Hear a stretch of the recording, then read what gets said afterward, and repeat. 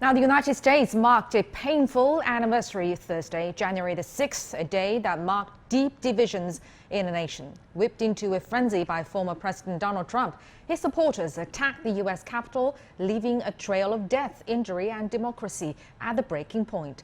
And as CGTN's Sean Caleb's reports, the current president is quite clear what led to the assault. For the first time in our history, a president had not just lost an election, he tried to prevent the peaceful transfer of power. And with that, the legally elected president of the United States fired a salvo on the anniversary of the day many Americans would simply like to forget. We will not take it anymore. Exactly 1 year ago, then President Donald Trump encouraged his rabid supporters to march on the U.S. Capitol and, quoting here, fight like hell to keep Congress from approving the results of November's general election. This is not a land of kings or dictators or autocrats. We're a nation of laws, of order, not chaos, of peace, not violence. But once at the Capitol, rioters were climbing the walls.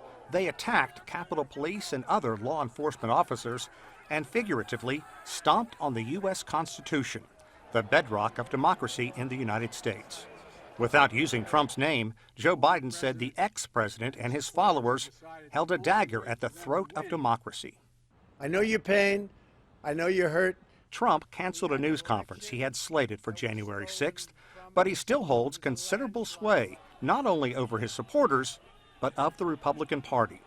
Throughout the day, he issued statement after statement, in part saying, the Democrats want to own this day of January 6th so they can stoke fears and divide America. I say, let them have it, because America sees through their lies and polarizations. There is simply zero proof the election results were inaccurate. Many Democrats are firmly convinced democracy was and is being tested. And Vice President Kamala Harris used the day to say every voter should easily be able to cast his or her ballot. Let's be clear. We must pass the voting rights bills that are now before the Senate. Well, there's been a lot of talk about big lies. Well, the big lie on the other side is that state legislatures controlled by Republicans are busily at work trying to make it difficult for people to vote.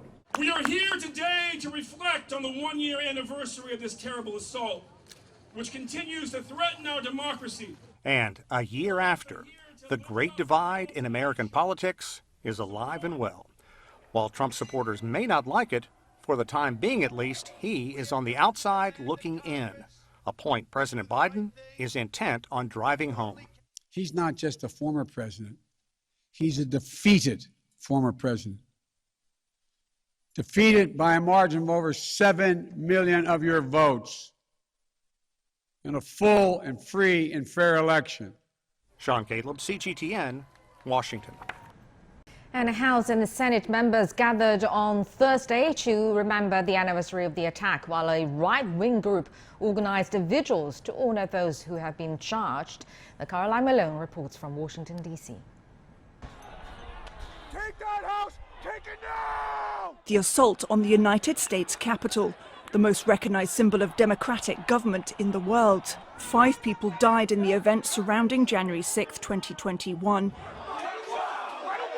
Including a protester who was shot by a police officer and a police officer who was injured in the riots. Members of the House and Senate met to mark a year to the day of what many, especially Democrats, call an insurrection. But polls show 2/3 of Republicans don't view the riot at the Capitol as an attack on the government. They may disapprove of the actions, but instead see it as an act of patriotism. January 6th, that insurrection, in my view, is kind of a middle event in the story of democratic rollback and the ongoing crisis of American democracy. What we didn't see was a realization across the political spectrum, this is a terrible thing, and we must make sure it doesn't happen again. There are consequences for the people who physically broke in, but not the people planning it. We haven't really solved anything here. Bless America. Supporters of former President Trump held small vigils across the U.S. to honor those who've been charged with January 6th offenses. This gathering is outside a jail in Washington, D.C. January the 6th last year was the greatest day of my life. So that's not the answer that most people expect me to say. The violence that happened, the death that happened, of course, I don't wish that didn't happen, but it did. But the part that sticks with me is the fact that we, the people, that we stood up and we made our voices heard. At least 725 people have been arrested so far, with the Justice Department vowing to find all those responsible. Now, a year later, there are clear divisions and concern about the future. One recent poll showed that more than 40% of Americans don't believe that President Biden legitimately won the 2020 election. And a majority of people believe an attack similar to the one that happened on the Capitol will happen again. Caroline Malone, CGTN, Washington. And for more on this, we're now joined by Joseph Williams in Washington, D.C. He's a senior managing editor for the civil rights advocacy organization Color of Change. Mr. Williams, thank you very much for joining us. Well, although in his speech Joe Biden didn't mention Donald Trump by its name, but he did mention the former president for 16 times, and he also used some of his strongest words on the riots, such as a dagger at the throat of America and American democracy and web of lies, etc. Does that mean that President Biden is determined to confront Donald Trump head on? It means that at the very least he's determined to confront the very lie at the heart of President Trump's ascension, and that he is trying to confront misinformation, and that he's trying to get rid of this image that former President Donald Trump is still in charge of the country. Basically, the problem that he has here, though, is that poll after poll after poll shows that a growing number of people on the right, a growing number of voters, firmly believe that the presidential election was stolen in 2020, and that former President Donald Trump is still the person who should be in office. It's a very, very tall order to try to bring order out of that kind of chaos, especially when you have different facts depending on what your political affiliation is. Right, and 1 year on, the country is still divided. What do you think the U.S. has learned from this riot? It's really hard to tell.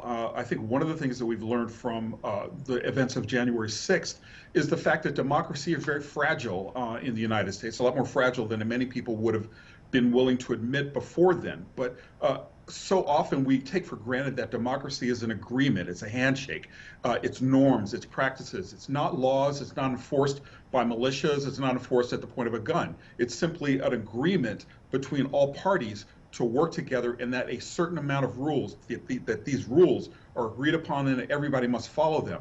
But really, we've got a through line here from even before January 6th, from the rise of the Tea Party and birtherism when President Obama was elected, through to the big controversy with Donald Trump and Hillary Clinton's emails and his weaponizing of that issue, to Donald Trump's presidency, where all kinds of norms were shattered and broken, and the opposition parties seem powerless to do anything about it, to now where we have an anniversary of perhaps one of the worst assaults, internal assaults on the American democracy that still has not been resolved, and that in no way has been ended. In many ways, people say that the revolt is still continuing, only now it's behind the scenes and in elections and in election law, as opposed to people actually storming the building. Right, and very important question here is Trumpism still influencing U.S. politics? It's hard to say that it isn't. You just take one look around at the commemorative ceremonies today. Not a single Republican, well, I should say a single Republican lawmaker, just one, Liz Cheney, who was already on the outs with her party, just one lawmaker from the opposition attended the ceremonies or even bothered to remark about what a terrible tragedy it was. So even the fact that we can't agree that this is a memorial that should happen, that should involve both sides and bring the country together, it's still very vastly apart. There's not a whole lot of unification going on here, even though that seems to be the best way out of here. It seems like it's a long way before we can even think about getting to that point. Right, and another question, major question that still remains, is that with the investigation still ongoing, is there any possibilities that Trump could be held accountable? It remains to be seen, and that's kind of an evasive answer because a lot of evidence has been compiled through the free press that Donald Trump was intimately involved and was very much involved in the planning. However, that does not, or has not at least yet, translated into an indictment, has not translated into charges. That said, the committee in Congress is still working on it. They're referring cases to the Justice Department. Perhaps further on down the line, Donald Trump will be held accountable, but as it stands right now, it's really hard to see that he's going to be held to account, at least in the foreseeable future.